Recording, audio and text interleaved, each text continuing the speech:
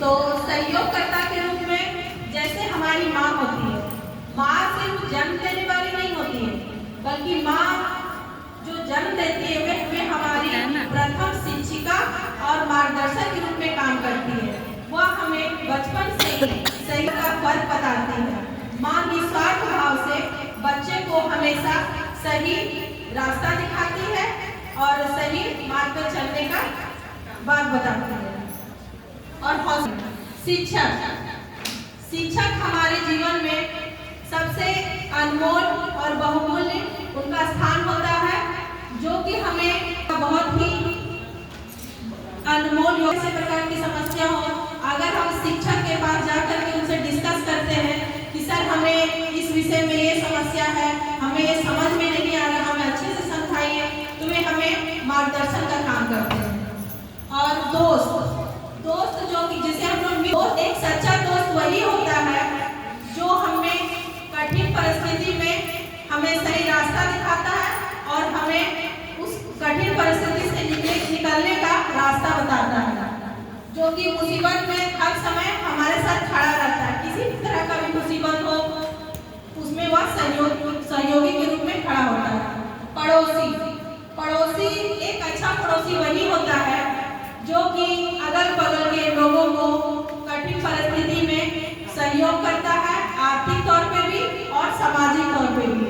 अगर हमारे घर के अगल बगल कुछ ऐसे पड़ोसी होते हैं कि अगर हमारे साथ कोई समस्या होता है और उस समस्या के बारे में अगर हम उनसे चर्चा करते हैं तो वो निस्वार्थ भाव से हमारी मदद करने के लिए हमेशा तत्पर तैयार रहते हैं। वे हमें ऐसा भी बोलते हैं अगर आपको पैसे के मामले में कोई दिक्कत हो तो आप हमसे मदद ले सकते हैं, अगर हम आपकी मदद नहीं करेंगे, आप हमारी मदद नहीं करेंगे तो कौन कब किसके काम आएगा। मतलब पड़ोसी होते किस लिए? एक अच्छे पड़ोसी की यही पहचान है। और पानी डालना और गांव के जो मुखिया होते हैं वह निस्वार्थ भाव से सभी लोग उसके लिए एक बराबर होते हैं। जो उन्हें वोट देते हैं वो भी और जो उन्हें ना वोट देते हैं वो भी, वो सभी के लिए एक बराबर एक समान कार्य करते हैं। अगर किसी भी व्यक्ति को अगर रात हो या दिन हो या भारी बारिश हो, अगर कोई मुखिया को एक बार फोन करता है वह उस समय मतलब तैयार हो जाते हैं, वे पहुंच जाते हैं। अच्छे मुखिया की यही पहचान है कि वह गांव में जो लोग रहते हैं उनकी समय पर मदद करते हैं, उनकी मुसीबतों का साथ देते हैं और उन्हें अगर किसी प्रकार की समस्या है उसका निदान करते हैं। और समस्या बढ़ाने वाले जैसे होते हैं हमारे गोदिया भाई, कुछ ऐसे गोदिया भाई अच्छे भी होते हैं, कुछ बुरे भी होते हैं। तो जो बुरे होते हैं वे हमें आगे बढ़ते हुए देखना पसंद नहीं करते। अगर हमारे घर में हमारे बच्चे अगर अच्छे से पढ़ रहे हैं या तो वो ज्यादा कमा रहे हैं तो उन्हें देख के अच्छा नहीं लगता, उन्हें जलन पैदा होता है और वह तरह तरह के लोगों के सामने अफवाह फैलाते हैं कि ये हमारा हिस्सा ले लिया, ये मेरा पैसा मार लिया, ये बेईमानी कर लिया, होता है ना। अब दूसरा है दोस्त।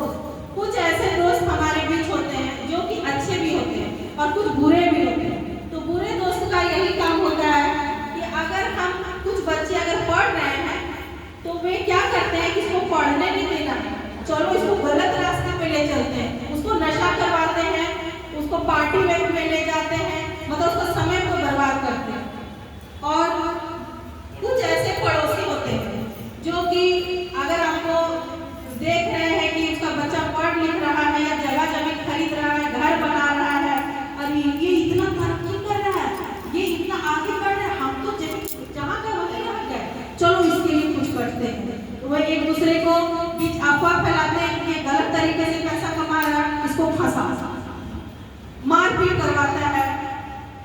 और एक हो गया लालची ससुराल वाले।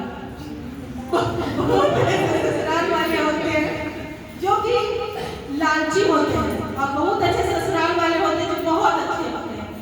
और लालची ससुराल वालों का यही पहचान है, वे अपनी बहू बेटियों को मतलब दहेज के नाम पर मारपीट करते हैं, उसे डराते धमकाते हैं कि जाओ अपने बाप घर से अपने बाप से पैसा मांग के ला, अपने भाई को बोलो कि ये जमीन हमको लिख दे, अपनी माँ को बोलो ये सोना जितने उनके पास है वो सब तुम्हें दे दे, नहीं तो इनको जान से मार देंगे।